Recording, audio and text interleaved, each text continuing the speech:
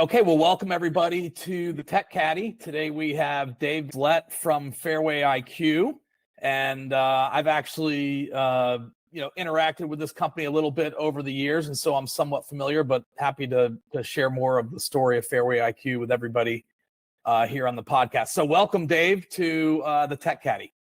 Thanks, Mike. Happy to be here. That's great. That's great. So, Dave, before we get too deep into the weeds here, just help everybody understand, where you are today. Or I think you're from the Northeast, but where you are today, how this thing got started, and then we'll kind of get into the weeds, so to speak. Sure. Yeah. So I live up in the Massachusetts, greater Boston area, where I used to brag about the Patriots, but can't do that anymore. And I'm sure you would agree, you're probably an outlier, but I'm sure you would agree that America's team is really the Yankees, and really the Yankees are the definition of professional baseball. I'm sure you'd be on board with that. As a longtime Mets fan, no, not so much. I don't like the Yankees, but my wife and I were born and raised in New York. Mets, Jets. That was our kind of sports teams that we inherited. And then moving up here, a lot of people were shocked to see that I followed the Patriots as well, but when in Rome. Right. So I was brought up here because I've been in the tech industry for a very long time. And prior to this starting FAIRWAYiQ almost 10 years ago, I was a part owner of a digital agency that was acquired in 2012, and I was traveling pretty regularly up to the Boston area. We pretty much lived in a hotel, and then we were asked to integrate another agency within the acquirer's agency portfolio, and I moved up here to head up that integration. Fell in love with the area, brought my family up here, and then became really sort of attracted to the smaller world of business again, where things weren't quite as big as a multinational top 3 advertising agency portfolio company. So I took some capital that I had been fortunate enough to get through the sale of the agency, and I started investing in startups here. I started by belonging to a couple of the a couple of funds up here. I became a limited partner, and I really started to embed myself into the startup ecosystem to number one, invest, number two, meet people, and then find out where the smart capital was going. And I became enamored with the still very, very, very relevant concept that data and automation is going to change the world. And particularly in how equipment, people in big open spaces are managed. And so that's called in the tech vernacular, the Internet of Things space. The IoT, yes. IoT. It was so hot. We don't hear IoT quite as much today, but there was a moment there. Are you a golfer too? Is that how these two things kind of came together? So yeah. So the other confluence of events was I belonged to a private club up here and started talking to a bunch of buddies. My wife gave me about 6 months to find something that I was going to do after I left my other company, or she was going to divorce me.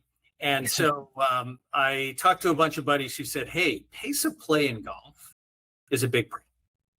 And so at that point, that was it's about 10 years ago. So it must have been like 2014. My first trip to the PGA show was in 2014, and started to do some research.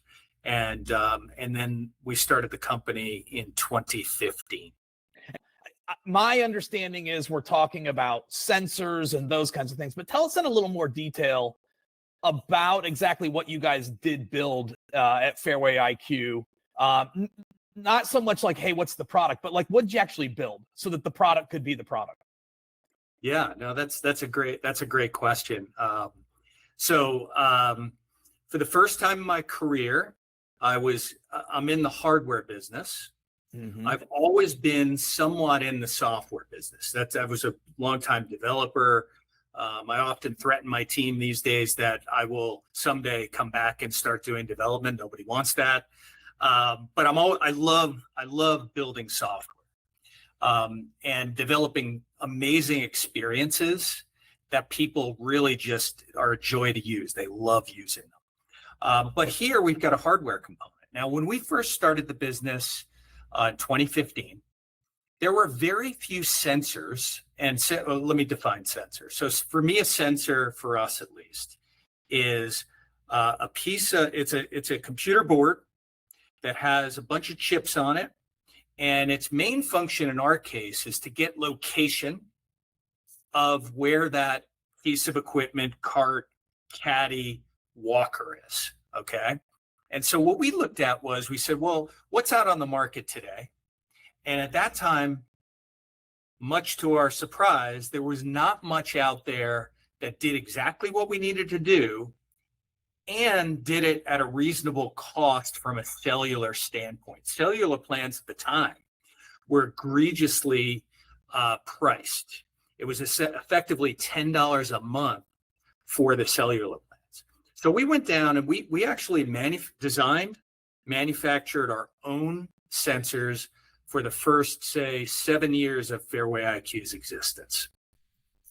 And that was a ride, because not only are you in the software business, which is hard enough to be in any industry, but now you're also developing hardware products, and that just adds to the complexity. And I would assume even taxes you on, the team that you build, right? All of a sudden you need some experts that you're probably not familiar with in the past. And I don't know if you ultimately outsourced that or if that was in-house, but yeah, I would think that would have an effect on a lot of different things, actually, as I think through it. Yeah.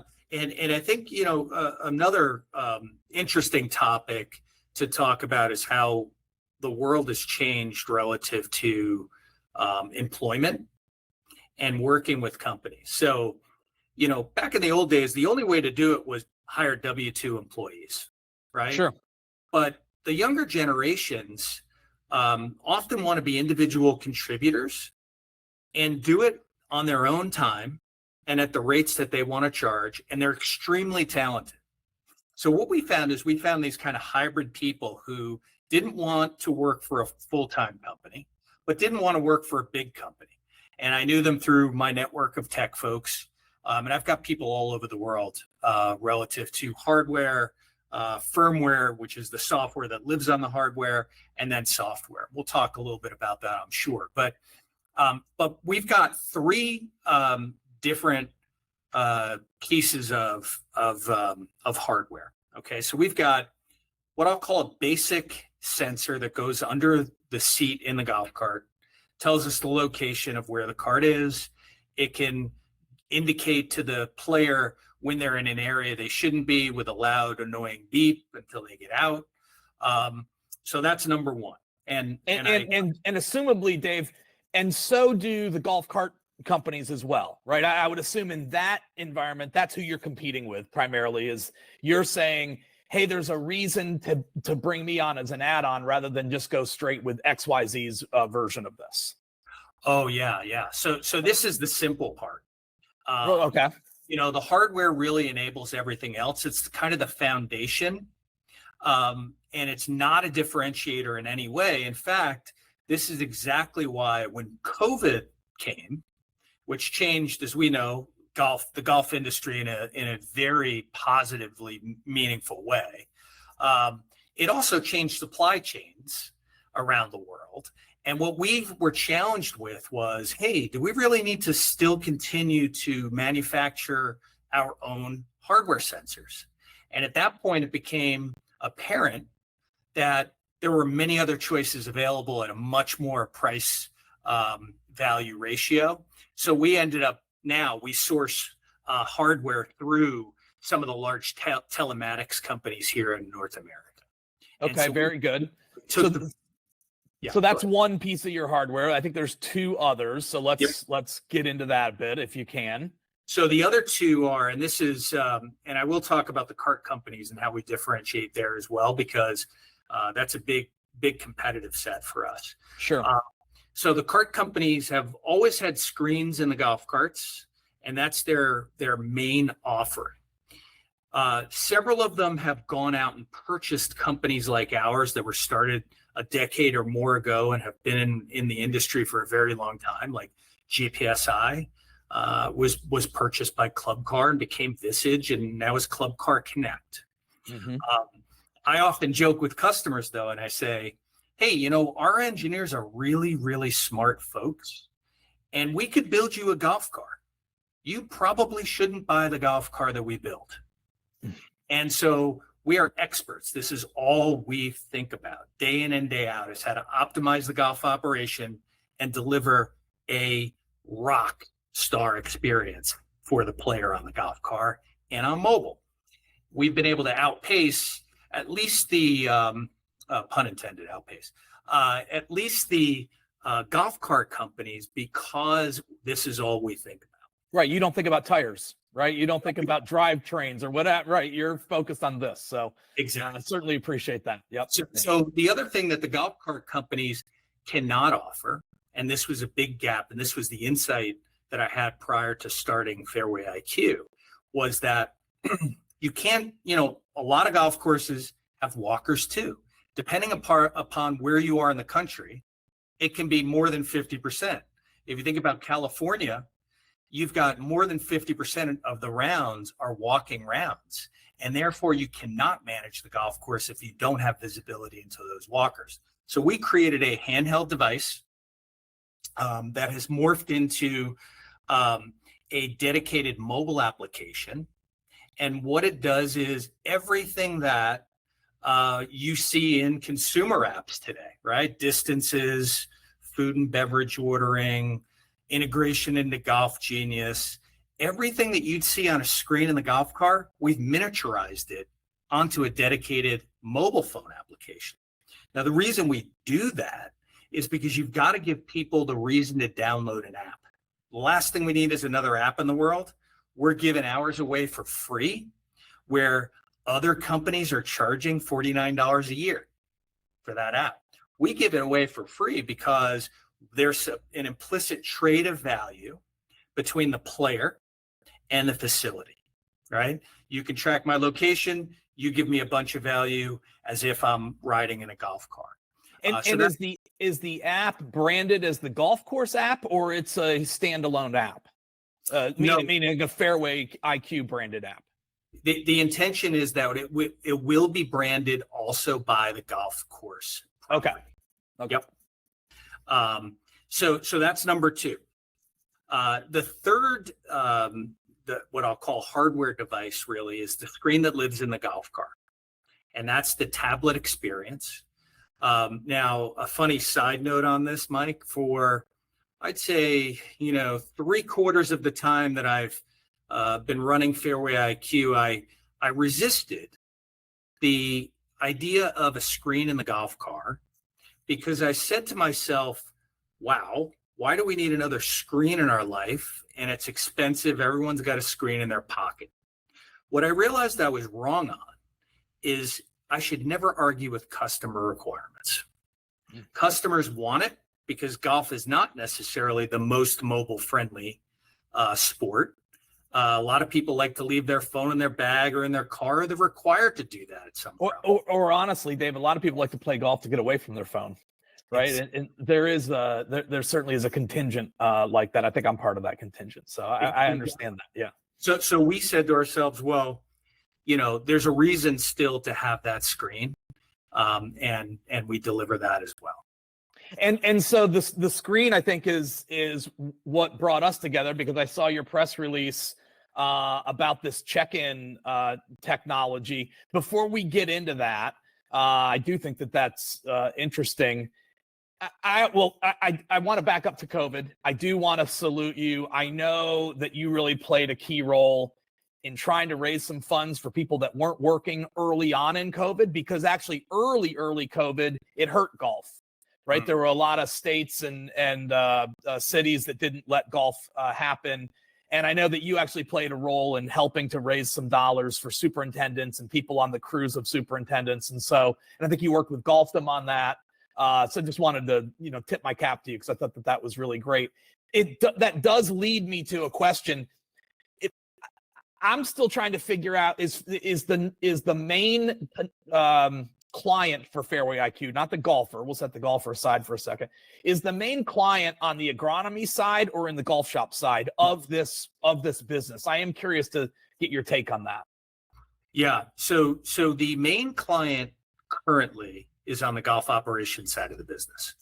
Okay. The maintenance superintendents, we started when I think for about 2 or 3 years, starting in I think 2016. I did a lot of customer development work, trying to understand requirements from customers, and I realized that at that time this was my thesis, Mike. Looking at the market, you asked about the golf cart companies. Don't they do what we do? And I said, wow, this is a crowded market, right? Why would we want to go up against, all these different competitors on the golf operations side? Maybe that's our secondary business. And our primary business is tracking maintenance equipment, staff, and tasks. And there was nobody in that space. So for a few years, we spent that was our primary focus, delivering solutions to superintendents. And that's at launch. You launched with that approach. Is that correct? We launched with both pace of play on the walker side and maintenance tracking for equipment and stuff. Okay, but then you spent some amount of time maybe with more focus on the maintenance. You thought that maybe that was ultimately the... Yeah, and what I realized, again, I'm very introspective and willing to always admit where I've made mistakes because I think it's instructive to other people. What I hate reading a business book where you read about Jack Welch and he writes about everything that went right. Yeah. It's like, that's great. We know you're Jack Welch. We really need the stuff that went wrong. Right. I mean, that's like the people that, people say, I have no regrets. I'm in a different, I have regrets. I think if you don't have regrets, you don't think very much, So, yeah, I hear where you're coming from. Yep. So for me, looking at that, you also in the startup space, particularly in the beginning, you're trying to find what is known in industry vernacular as the product market fit. Sure. And so you look for problems to solve with a specific target customer profile. We were looking at superintendents. The competitive space was wide open. And we did talk to superintendents who said, hey, this is interesting. I always want to know where my guys are. And I need to know what they're doing. Are they standing still, wasting time? Or are they efficient at their tasks? And what we realized was that solution that we built is ahead of the market. It did not have product market fit. So that has taken a back seat to what we see in the golf operations space. And this is the instructive part, where we looked at a very competitive industry or very competitive space on the golf operations side with a lot of known competitors, big brands. We have built for the last 8 years, and the company's almost 10 years old now, golf operations software, where now we compete on the features are the easy part. All the foundational work that we've worked on for the past 8 years is in place. And the things that we'll talk about on the screen are easy to deliver and aren't being delivered by anyone in the industry right now. I'm sure people listening to this and our competitors will eventually decide to take up some of those, but I'm happy to give back to the industry. And as long as we're ahead in the beginning, then we're going to be able to deliver as much value as possible. That's great. And so, this podcast emanates from another brand, if you will, called Golf Course Technology Reviews. And in that ecosystem, we separate people into different categories and then different products, et cetera. And when I say people, I really should say companies. One of the products is apps, right? I mean, and thinking apps for golf courses. Should FAIRWAYiQ actually also be a vendor in that product list? Is that, am I thinking about it the right way? You are, but we're a little ahead. Okay. Right now we're still laser focused on the golf operation as our primary customer. But this app is coming and maybe part of this golfer check-in experience. Maybe that's the part that I maybe thought that golfer check-in experience was the next thing, but maybe that brings along some other things with it. Is that the way I should think about it? It does, actually, because down the road, what we ultimately think is the right way to pressure, the industry. So any industry has sort of this change curve, right? And so you think about a sort of a normal distribution curve, and it's talked about the early adopters in the beginning. Okay, we're past early adoption. People know how to put screens in golf carts. Okay, but that's not the value here, right? The value is using AI to optimize the operation and deliver a much better player experience. Okay, that the player has come to expect in adjacent industries. So, for example, we have been checking in to airlines, the flight we're going to take tomorrow to see grandma, right? For well over a decade, right? You can now walk into a hotel, pull the mobile phone up, your app, your Hilton app, and check into your room, right? You can check into your room from the airplane, Dave, if you want, right? I mean, you don't need to be in the lobby of the hotel to check in. So yeah. No, what I meant to say was then you basically have your key on your phone, you walk up to the door, you press a button and you're in, right? Exactly. So these are the friction points that need to be solved in golf.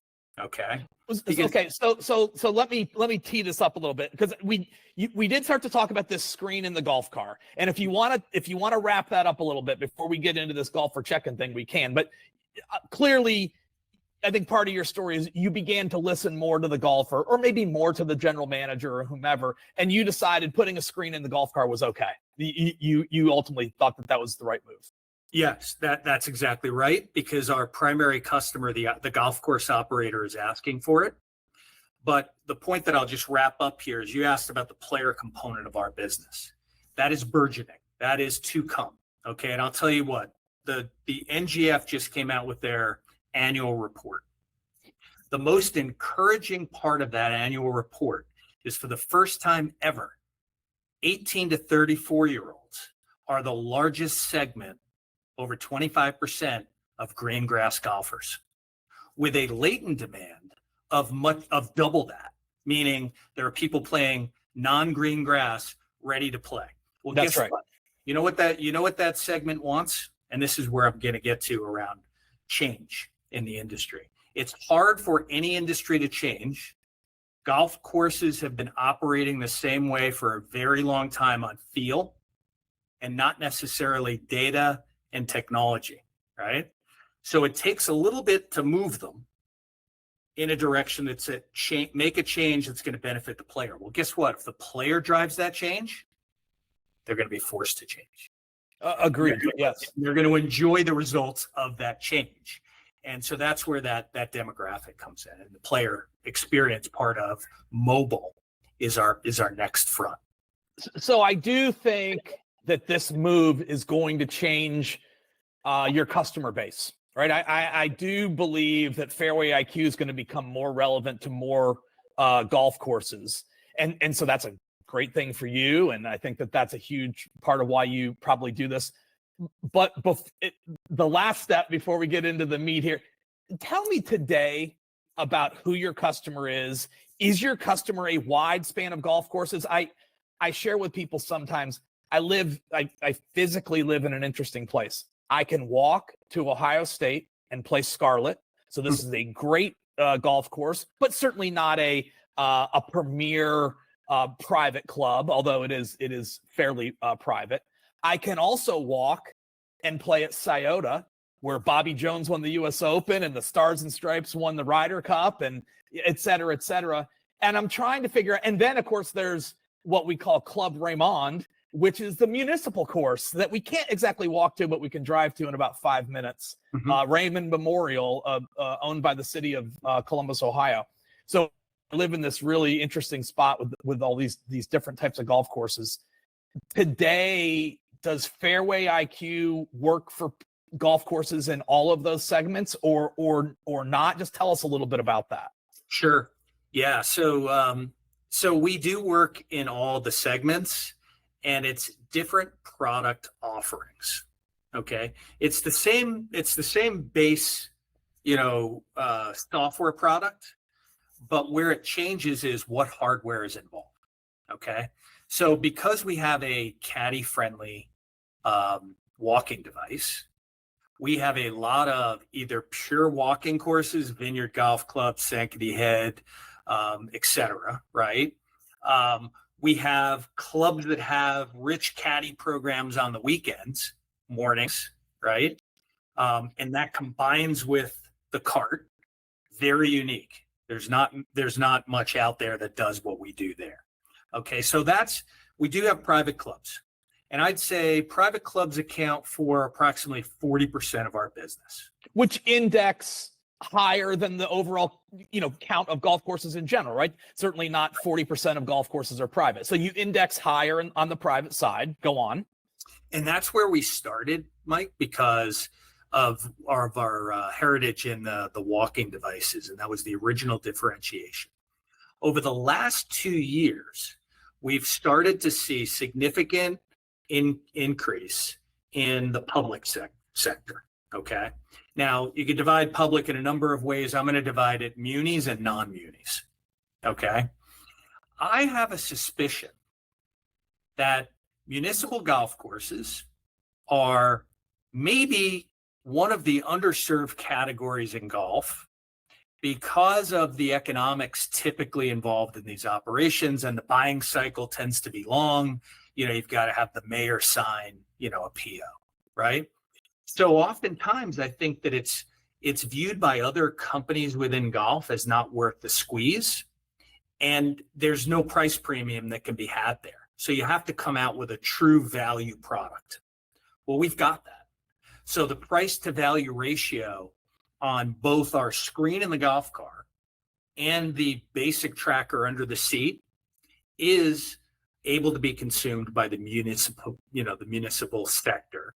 And that is, we've had munis for a while, but over the last 2 years, it became, very apparent that should be more of a focus of ours than it is now. The other, I would guess for a municipal, maybe for anybody, but for a municipal, as it becomes harder and harder for them to find rangers, I'm thinking that maybe this is where you guys become more relevant, and you're saying, well, we can solve that problem. Yeah, they're often dealing with very, very, little staff and a budget that matches that. So we see about 30% reduction in labor costs for rangering the golf course by not having somebody spend all this time driving around looking for issues that they may get wrong, because the line of sight is not necessarily reality according to data. Instead, the AI and the automation that we've implemented effectively notifies people when they need to do something on the high priority list of items in priority order of what they should address first to optimize the operation. This is really valuable for a muni. Okay. Yes. It's also valuable for the standard, say, even mid to high tier public golf course, but they've had technology for a while and have thought about this sort of stuff. So it's an easier, let's just say it's an easier sell to them because they know that already. Munis think everything's outside their price range, and it's not. Understood. Okay. So with that in mind, you already serve somewhat of a wide base, but you're looking to expand it.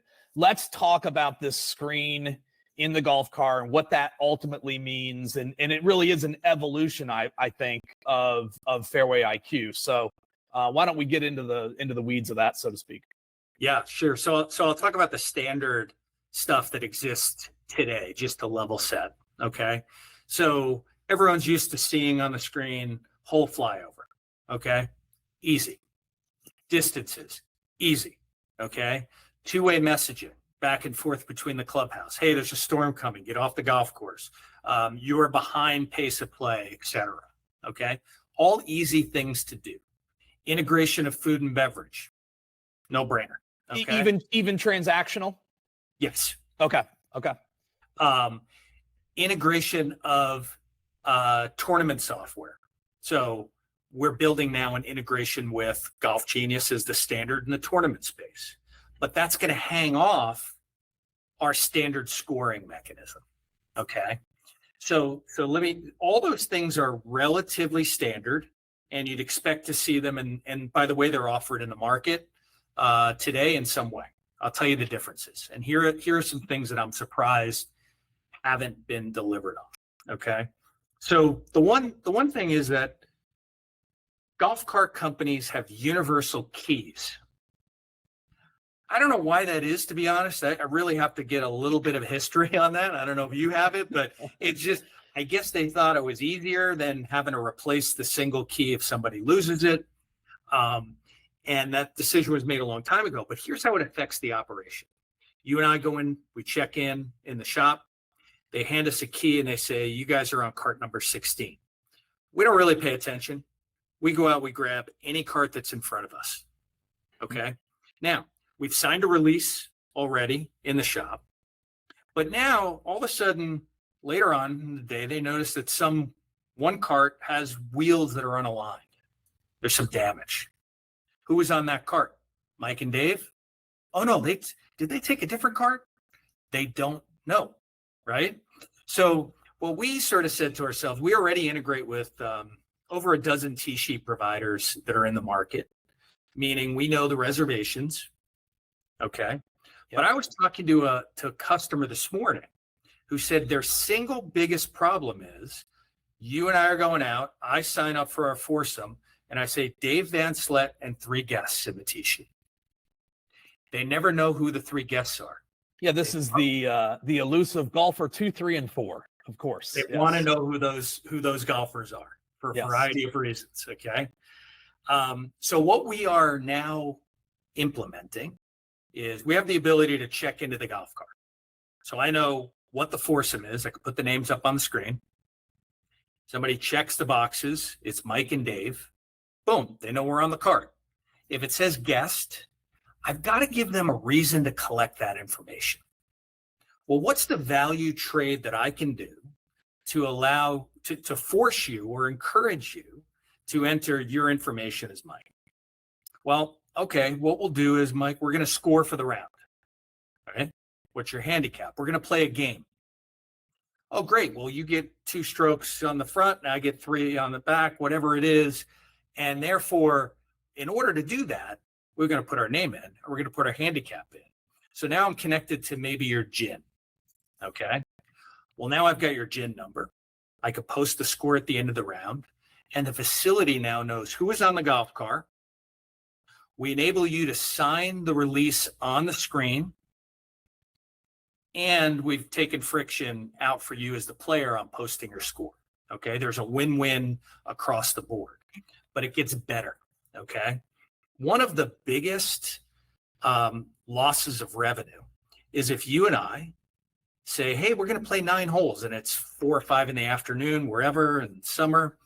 And we're out there and we say, wow, we've got a little bit more time. We just completed 9 holes. Let's keep playing. Well, there's lost revenue in that, not only on the cart rental, but on the greens fees. Well, our system knows how many holes we've played. Well, if we go past 9, the screen should disable and say, hey, great, you guys want to play more golf? We're going to charge you by the hole. Right. Right. Now we've captured additional revenue and we've given the golf course the ability to market to us. And I suppose, Dave, if you work that backwards, that also makes it really easy just to sell 5 holes of golf. It does. Right. And which is something that we promote a lot in my consulting business, that we believe it should be easy to play 5 holes of golf in the morning off of the back. It's essentially property that's not being utilized, and it helps you compete with health clubs, et cetera, et cetera. There's a whole thing to that. But yeah, if you're going to help people play 12 holes of golf, that also means you can help people play 4 holes of golf. So that's interesting for sure. Yeah, and this is all I think about 24/7. So, you think about Waze and how Waze gives us back roads from work to home, right? Waze, Google Maps for those people that aren't using Waze, but go on. Yes. Right. And so it tells you, the direction you should go to avoid traffic.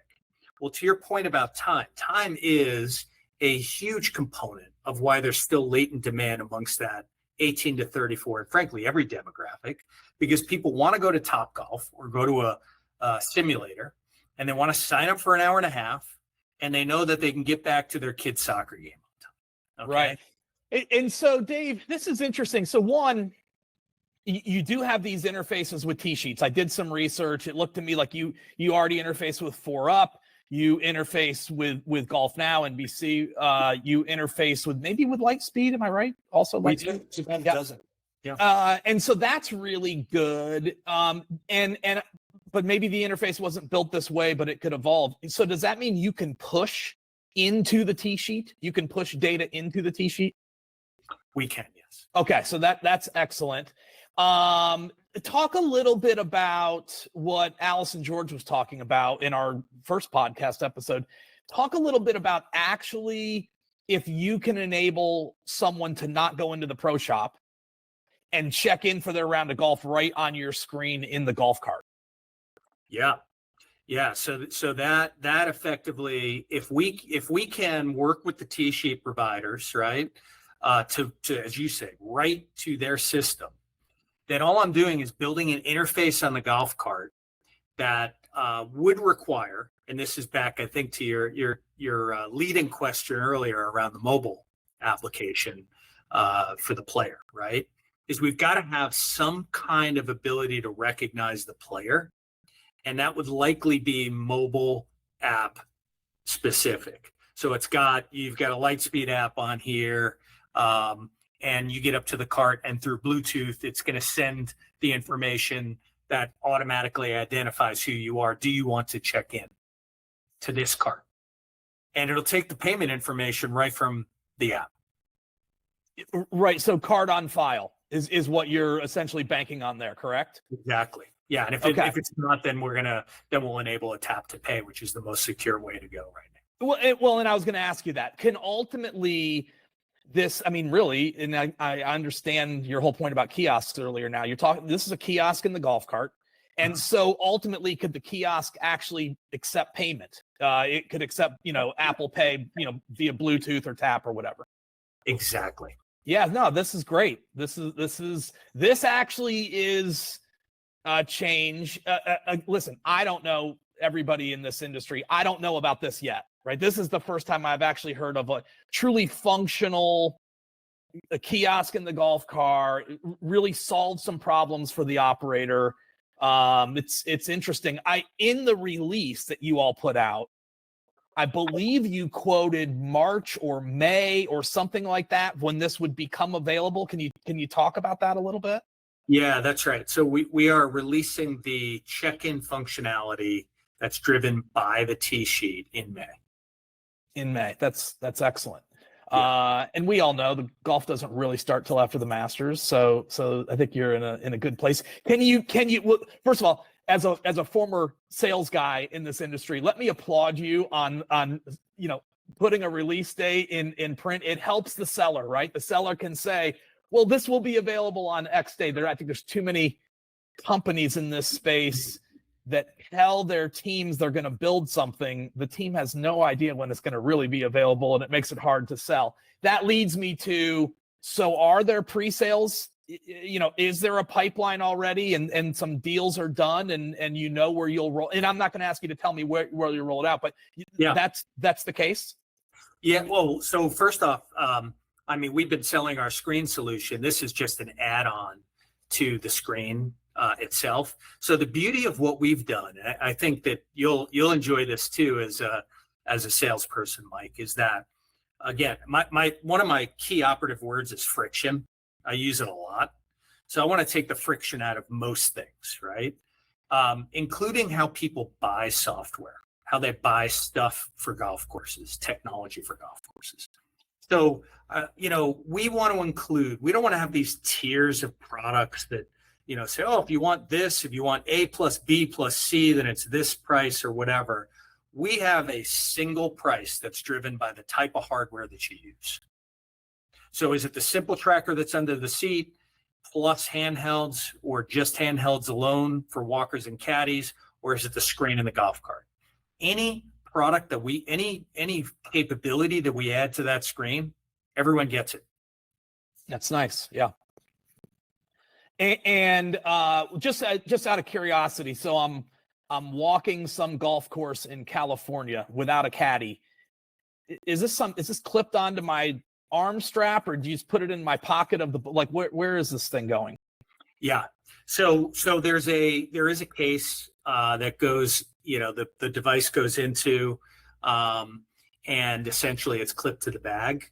What we don't see, Mike, is we don't see a lot of public golf courses using dedicated handheld trackers because they can leave the property, right? Of course. So this is why it gets back to, again, the thing I'm hinting at around our player strategy is I've got to have a cheap, effective way. I don't want to put, in fact, I'd love to not have any hardware anywhere as an ultimate goal, right? Right. Let Tim Cook take care of the hardware. And I get it. Device. Right. Exactly. Right. Go back to California for a second. And you talked about how high walking indexes in California. I also think that's true in Chicago. But do you see that in your business? Do you index a little higher in California for your overall client base, or do you not see that? No, actually, we see less. Now I have a team member in California who talks to a lot of properties out there, and I think the trick here is that we can't track. Our value is tracking everything that moves on the property. If we miss walkers because we can't give them a dedicated device, it's not a caddy only course, or it's public and somebody's going to leave the property, it's not going to work. So we are more in private facilities in those kinds of demographics. The rest of the country, largely speaking, sees more cart rounds. It's more typical American. Sure. Yeah. And those are pretty easy. Yeah. Okay. And so when it comes to golfer check-in, Mhm. and if you want to just do the screen in general, give me some product names. What are we calling these things? What will people hear in the industry so they can go, oh, that's that thing Dave was talking about? What are the names that we're using here? Yeah, I don't have a fancy name for the screen itself. We just call it FAIRWAYiQ. The company name is the product. Yep. That mainly maps directly to the software. So we're always talking about FAIRWAYiQ. And the device is just sort of the mechanism by which we gather the data and provide that experience. We will do better on coming out with some names that identify, but right now it's just more form over or more function rather over marketing, Mike. So right now that's what it is. But understood. But I will say this: we have a couple of features though. We talk about that check-in function as the smart check-in. We talk about our playthrough functionality as smart playthrough. So these are components that are available within the software and provide specific value. Okay. And talk a little bit about, I see that Mike Woods is a customer at Hagen Oaks, and he generally is on the front side of these types of things. Talk a little bit about what your operator strategy has been. Do you have ambassadors that talk about your product? I'm just curious to know how you've kind of gotten the word out. Yeah. So one of the things that we've done right from the start is we've been very good at listening to customers. And I know that sounds so basic and sort of like as easy as saying, we need oxygen to live. But there are so many companies out there that do not spend a significant amount of time understanding, one, how customers are using their product today. And that's both through Q&A, but also we track all clicks on our website. We know exactly how you come in and use our product. We know if we deliver a new feature and you don't click on it, we're going to talk to you about that and explain it better. So we have a high level of interactivity with our customers. I've also differentiated the business very very high customer success, customer service levels, and that is not seen in this space. We invested right from the beginning in local support within time zones so people can get access to our team when they need it, but also our team is reaching out to try to help them proactively. So we've had a high level of engagement there right from the start with existing customers. This is a big word of mouth industry, as you know. So we do get Mike and others and, who talk about us. We have a 93% retention rate. Only 7% of our customers don't renew after they've been around for a while. So that's excellent. It's very high. It's kind of that Golf Genius model too, right? Golf Genius, I think a big part of their success is because of the support that they've been committed to from day one. So that's a great move. Listen, I thank you for your time because you've carved out almost an hour for me here. Give me the elevator pitch, if you would, right? If somebody is listening, and one thing we didn't touch on, I do want to say out loud, for the operator, there's a screen behind the counter, right? You're tracking all of this on a screen. And so if people are wondering, well, how do I know what pace of play is or whatever, we probably should have touched on the fact that there's a screen that's giving you all this information. At any rate, you bump into somebody at, let's say you had gone to the show, you bump into somebody in the elevator and you introduce yourself. How do you sell your product? How do you position it? Why does somebody ultimately buy it? Yep. So we use AI and automation to optimize the golf operation. Okay. And if you see on our website, we kind of substitute optimize the golf operation for a few different key areas. Okay. To drive the 4-hour round, right? We believe, and we've got a lot of research in the space on pace of play, pace can be under 4 hours. In fact, the first round of the day is often the predictor. Some properties they'll never play in that, but because of the layout or whatever, but most properties can play under 4 hours. And that first block of times is the benchmark. Everything after that, if you and I go out in the morning and we play in 3:45, everything beyond that, Mike, is wait time on the golf course. You need a computer to optimize that. You need technology, and that's what we do. We use pace as an asset. We add 8 players to the tee sheet per week, which drives revenue. Okay. The second thing is we reduce operational cost. So the automation alone, we don't expect people to be staring at a screen looking for issues. We have very delicate and informative ways of alerting the staff to issues that they need to address in real time. Not by driving around. The system is always aware and telling them what they need to do in order to improve the operation. That reduces labor cost by 30% on average. Okay. It reduces turf replacement costs by 20% because you're reducing the traffic on the golf course. The Excellent. third piece is really the player experience. And that's really where we're driving reduced friction, and anything self-service in the future is all going to be driven from the kiosk and the golf cart and on your mobile phone. Okay, great. Dave, are you guys in a place data-wise where an architect could come to you and say, what's the best string of pars? So I'm talking 3s, 4s, and 5. What's the best way to set up a course for the best pace of play? Is that data that you have that you could actually make that contribution? Absolutely. Often, I'll tell you this quick before we end here. This is sort of an anecdote. So I can guess by looking at a scorecard where the bottleneck is. Okay. So let me introduce you to Raymond Memorial, who I mentioned earlier. So we start with a par 5 straight, not dogleg. We start with a par 5 that's reachable, meaning reachable in 2. The next hole we play slightly uphill, always into a prevailing wind, 450-yard par 4, narrow as well. Then the next hole, a par 4 going back the other way.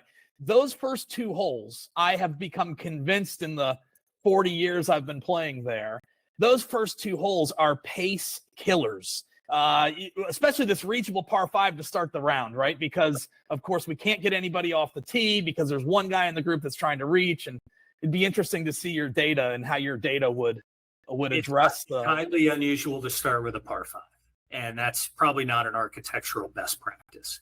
But what you often see, which is even more subtle, Mike, is that anytime you have early in the round a par 3 after a par 5, that is usually the bottleneck.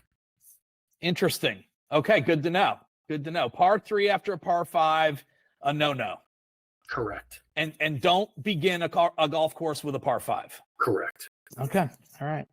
Well, listen, I thank you for your time. I know you've been at this for 10 years, and I know it's hard, but if I could give you a word of encouragement, I think you're on the edge of something here. I do think that the more you can impact golfer experience, certainly with benefits for the facility, but the more you can make a positive impact there, I really think you start to pour gas on the fire.